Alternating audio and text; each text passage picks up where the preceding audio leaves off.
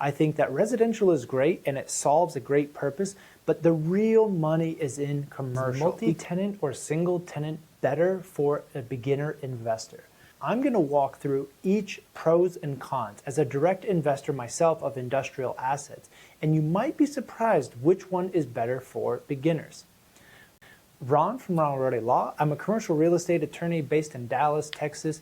In addition to having my own law firm, I also am a big investor with over 8 properties in commercial real estate, specifically industrial triple net assets. If you're new to this channel, welcome. I talk a lot about investing and how to get into commercial. I think that residential is great and it solves a great purpose, but the real money is in commercial. We can't be constantly chasing tenants for payment. We can't be doing the toilets, and triple net industrial is the way to go. But a lot of beginning investors tell me that they want to invest in multi-tenant because they feel like it's a better risk diversification. I get it. When I look at multi-tenant buildings, I'm looking at flex. I'm looking at 10 tenants who are all paying towards the mortgage, and if 2 or 3 of those guys are late and don't pay rent, you still have enough income to cover the mortgage, to cover your property taxes. And that type of feeling can really feel good if you're concerned about jumping into commercial. On the other hand, we see a lot of single tenant deals. So maybe these are retail, maybe these are a standalone Ace Hardware, maybe it's a paint company that has a single location and they've got some yard space, but it's their only building. That can be daunting because if that one single tenant doesn't pay their rent on time, what do you do as a landlord, as an investor? You get pinched on the cash flow, and maybe you're looking at a $5,000, $10,000, $15,000 a month mortgage payment. It can be a lot of cash flow to cover out of your own pocket. So in this video, I'm going to talk about the pros and cons and ultimately what your goals as an investor are and what your capabilities are as an investor. Because I think that's a really important fact that people don't know enough about is what can you do? Are you able to handle multi-tenant management? All right. Well, we've talked a little bit about these flex examples. Let's dig into a little bit more about multi-tenant industrial. When you're looking at a 10,000 square foot building, and let's say that each tenant is 2,000 square feet, so you've got 5 tenants, and they're all paying, $2,000 a foot, right? That's $12 a foot, so $2,000 a month. Let's say that they're on triple net, although a lot of multi-tenant small flex tenants are on gross or modified gross leases, which can be very difficult to administer. And again, you're going to be taking more risks with the vendor payments every month if they're on anything but triple net leases. And the biggest problem that I see is management. And if you're a beginning investor starting out and somebody who's not doing real estate full-time, your free time is your most valuable asset.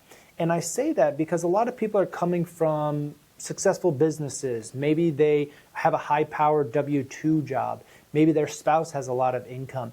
Whatever the answer is, you're probably at a stage where your time is very valuable. You are limited in how much time you can do to chase tenants for rent. There's only so many hours in the day. And so what happens is that if you're a beginning investor, you kind of are caught between having multi-tenants that the multiple sources of income sounds good. However, the biggest drawback is the amount of time that it takes to manage multi-tenant. Because I will tell you from experience, I've represented hundreds of landlords who have all these little disputes, and these little buildings that they're paying $2,000 a month, they will cause you the biggest headaches in terms of your time. They're going to have somebody's trailer blocking their unit. They're going to complain and they're going to go talk to the neighbor and move your truck. Oh, it's not my truck. It's the vendor. He's dropping something off.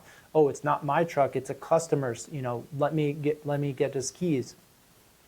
You as a landlord are going to be hearing about all of these parking issues, access issues, and for $2,000, each of those tenants, neither one of them is really worth your time, but it becomes your problem that you have to solve. And that's my perfect example, parking, noise, vibration, even customer parking in the front of a flex building where you have the passenger spots. There will be a tenant like a paintless dent repair that parks 10 of their customer vehicles in the entire parking lot, and that prevents retail sales or employees from coming into the flex development of the neighbor. And it can cause a lot of disputes just because people are in close proximity and they have to share. And let's be honest, these guys are not necessarily the most polite people, and it can cause a lot of friction that you as a landlord have to solve. And so I think for industrial uses in particular, having a single tenant building solves a lot of these problems. And so you have to decide when you're starting off, if you have the capital reserves, if you have the confidence in the tenant's business, if you've looked at their financials, you've looked at their history, how long have they been in business, do they have multiple locations, all of these questions, if you feel good about underwriting the tenant, there is an argument to be made that a single tenant is less time as well as less risk. So let's talk about a single tenant location. You know, I talked about Ace Hardware. Maybe you've got a Sherwin-Williams, and maybe you just have an industrial plumber.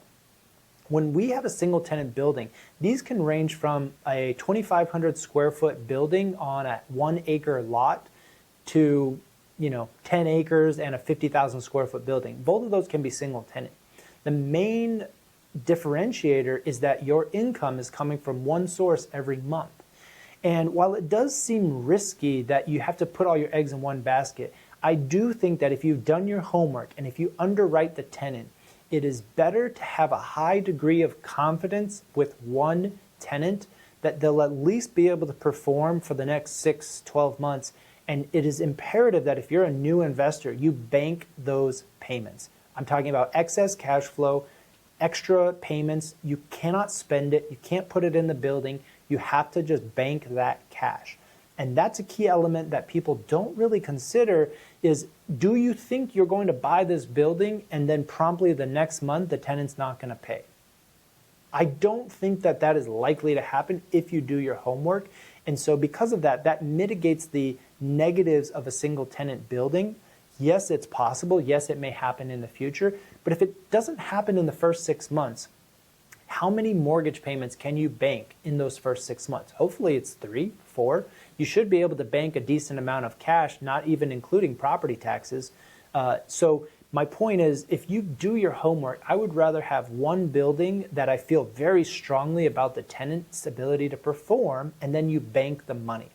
Because what I will say that a single tenant property does is allows you to focus on other things, either looking for more deals, focusing on your day job, focusing on your business, and continuing to make your savings is your own personal funds while that property is running. And so while that property is making mortgage payments, you're paying down principal, you're booking a lot of money, and you're slowly appreciating in that area, you simultaneously have the freedom of your headspace, your stress levels, to focus on your business and to generate that savings that you use to buy this building in the first place.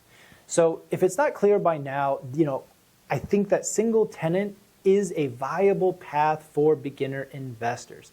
The caveat is, what is more important, your time or your money? And I'll argue that if you're starting out, your time is the most valuable resource that you have.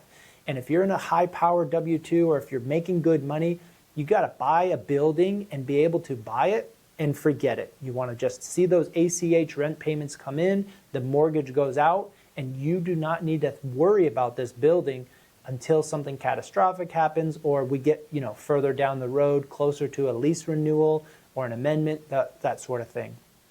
So the answer may surprise you, but I do think a single tenant building is not as much risk as you think for a beginner.